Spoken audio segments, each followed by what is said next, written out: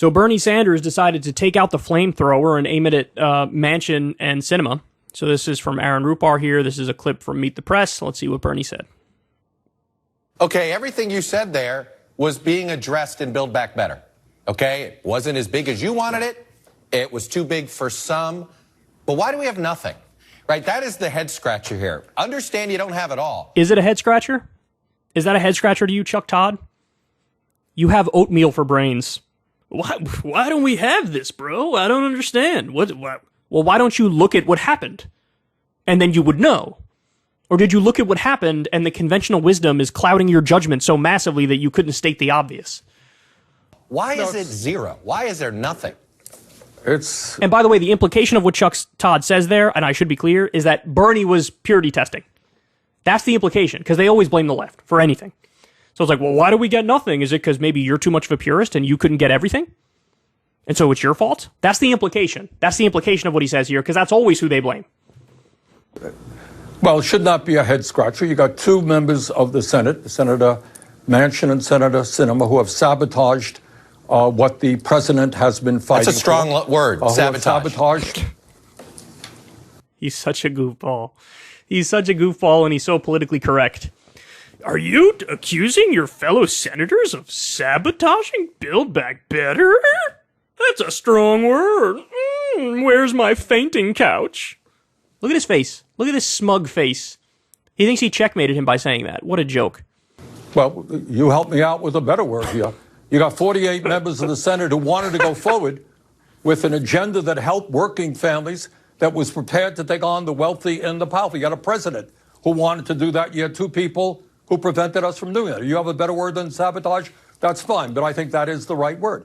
And I think pressure has got to be put on the part of people in West Virginia, in Arizona, to say, you know what? Why don't you stand up for ordinary Americans, not just your wealthy campaign contributors? Why don't you have the guts to take on the drug companies and the insurance companies and the fossil fuel industry? So let me...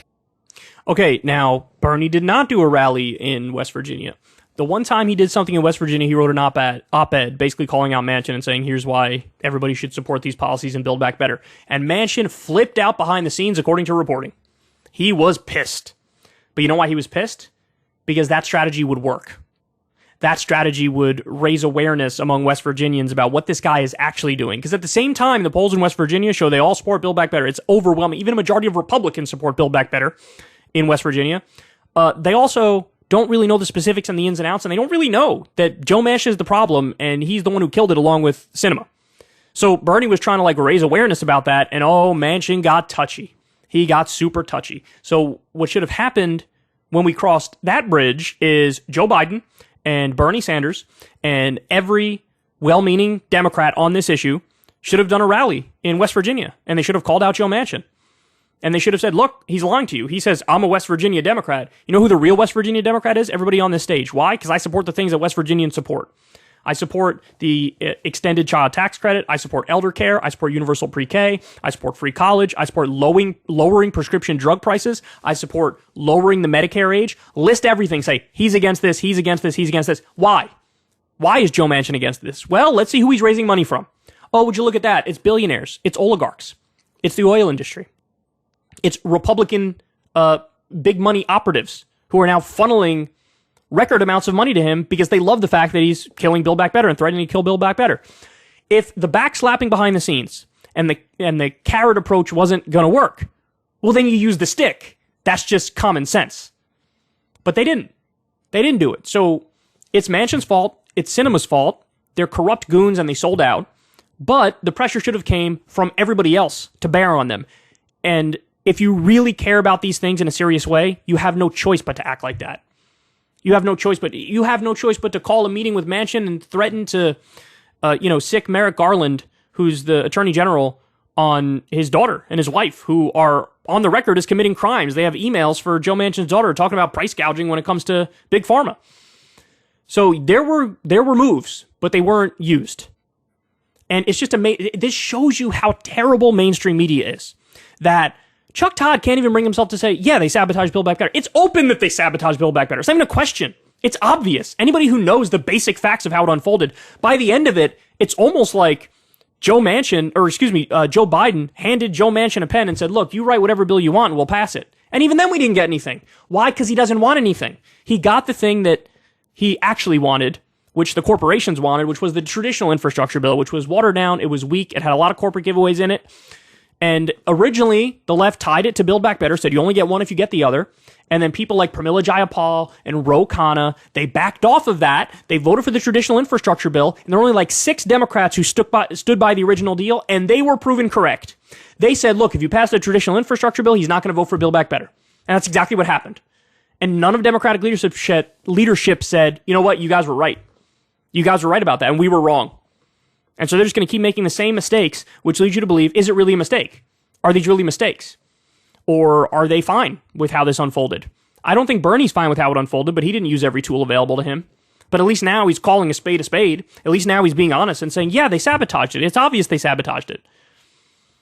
They stabbed the working class in the back and twisted the knife and laughed while they were doing it. And a lobbyist was shoving money in their back pocket as they did it. And so, Bernie, I love this fight, but this fight should have came earlier, and it should have came more aggressively, and all the pressure in the world should have been brought to bear on them. And now we're at a situation where Biden's not passing any executive orders with provisions of Build Back Better that he could do. He's not proposing standalone bills on Build Back Better, the parts that Manchin pretends to support and Sinema pretends to support. Why did you not propose a standalone universal pre-K bill?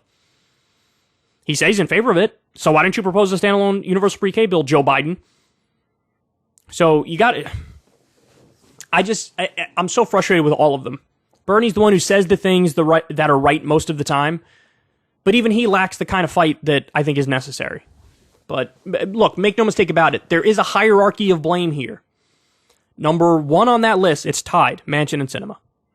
They're the worst. Right underneath them, Joe Biden, for not putting pressure on them and not doing anything else to try to work around it. And then under them, the rest of the Democrats. And then at the very bottom, you have the progressives who did the right thing and voted against the infrastructure bill. And you have Bernie, who was trying to do the right thing, but just doesn't know how to fight hard enough. So there's a hierarchy of blame here. But they definitely sabotaged it. And the fact that Chuck Todd can't point that out and state the obvious means Chuck Todd is either low IQ or he's obfuscating on purpose. If you want to see me and Crystal Ball interview legends like Noam Chomsky, Cornel West, and more, subscribe to Crystal, Kyle, and Friends on Substack. $5 a month gets you the video version a day early. Remember, we take 0 ad dollars for this podcast. Or you can sign up on Substack for free and get the audio version a day later. Link in the video description box below.